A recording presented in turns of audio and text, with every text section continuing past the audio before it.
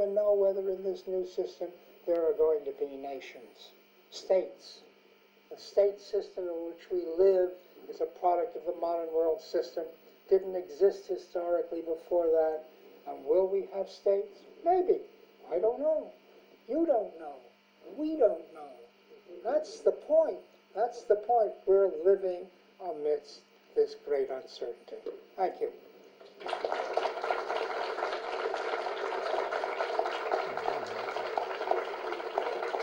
Not bad timing. We'll take a few questions. What? We'll take a few questions. Okay.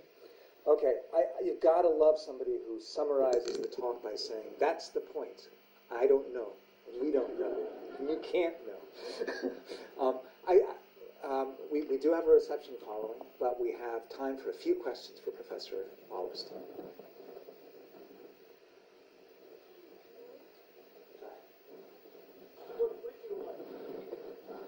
Now you got to talk louder or I won't hear. What would I like?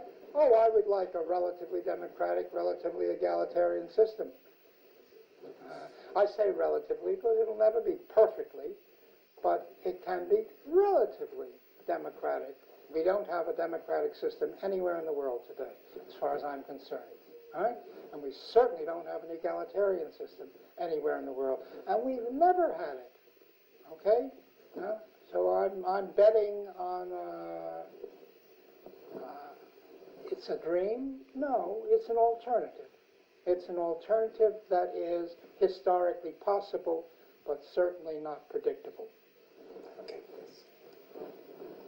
Today, time in the last few days, all groups of trade suffers from reviving the old economic theory that goes back to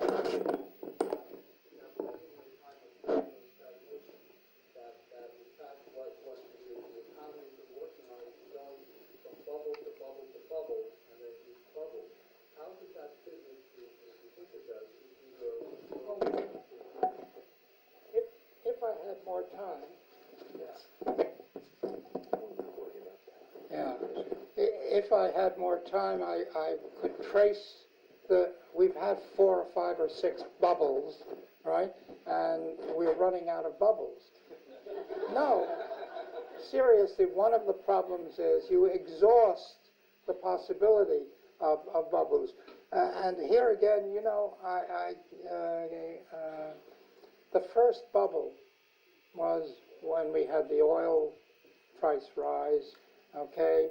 I won't go into why that happened, but I think that was basically a U.S. scheme by its 2 best friends in the oil business, which is Saudi Arabia and the Shah's Iran, to do something which the U.S. thought was a plus for it, okay? And one of the things that happened was, of course, that drained a tremendous amount of money into the hands, the coffers of the so-called producing countries. And they didn't know what to do with it, right? So they put it in banks, right? Most of it, not all of it, obviously, used some of it. They couldn't use most of it. Put in banks largely in the United States and Germany, not exclusively. But and did you know that in roughly the early 1970s, all these countries out there, especially in the third world, in Africa, for example, are suffering from balance of payments difficulties, and they're having people shouting and yelling at them and threatening to overthrow the government and so forth and so on. Did you know that these banks sent out missionaries, that is high-level people, to go to ministers of finance around the world in all the oil-producing countries and say, would you like, right, to, no, not to the oil-producing countries, the countries that had to pay more for their oil, etc., would you like to take loans from us? We are anxious to give you loans. And of course, who could resist it? I mean, if you're a politician and you want to stay in power, that's an irresistible thing. They took out the loans. Now, everybody says in 1980 there was a collapse in Mexico, and that was, is it 1980? Yes. In 1982, sorry.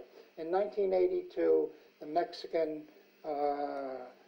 banks collapsed, right? And we say, oh, look at that. Well, I want to tell you, there wasn't in 1982 that we had this happen. It was in 1980. And it was in 1980 in Poland, because Poland borrowed the same money that Tanzania borrowed, or anybody else who needed it, right? And they ran into the same problem. They couldn't pay it back, right? So what did the government of Poland do? They decided that they would squeeze the working class in order to pay back their loans, which they did. That led to solidarity, and we can trace it from there on, right? But it's important to see that what was happening in the so-called Third World or South was also happening in the East. I don't know if you know that in 1987, the International Monetary Fund awarded brownie points to the country that they thought was doing the best job of handling their economic problems. You know the country? Romania. Romania was the poster boy for the International Monetary Fund because they squeezed their workers enough to pay back all their loans. They did actually pay back all their loans. Well, what happened is what you know what happened in Romania. I see. So we went through a number of other bubbles after that. We're into the last bubble right now, which is the bubble of, what do they call it? Forget the name. Sovereign debt. Okay? So sovereign debt. Sovereign debt's a very interesting, simple problem. Look, U.S. dollar has been going down for 20 years. It's worth a third less than it was 20 years ago. Now, if you're China, or Japan, or Korea, or Norway, or lots of other countries, and you have a lot of money sitting in U.S. bonds, here's your problem, okay?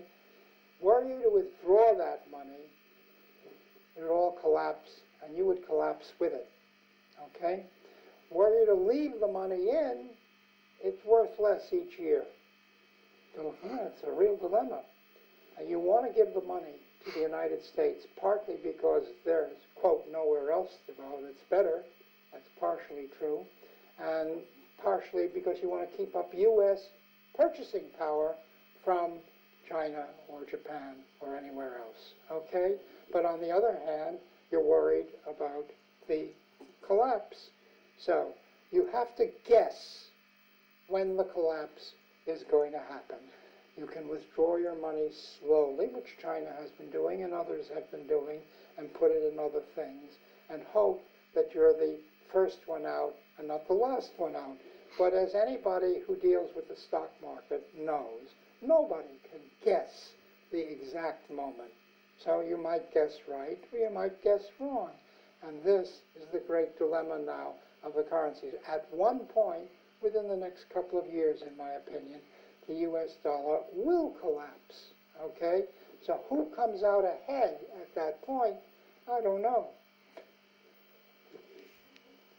Okay. But it's the last of the bubbles. After that, there's nobody else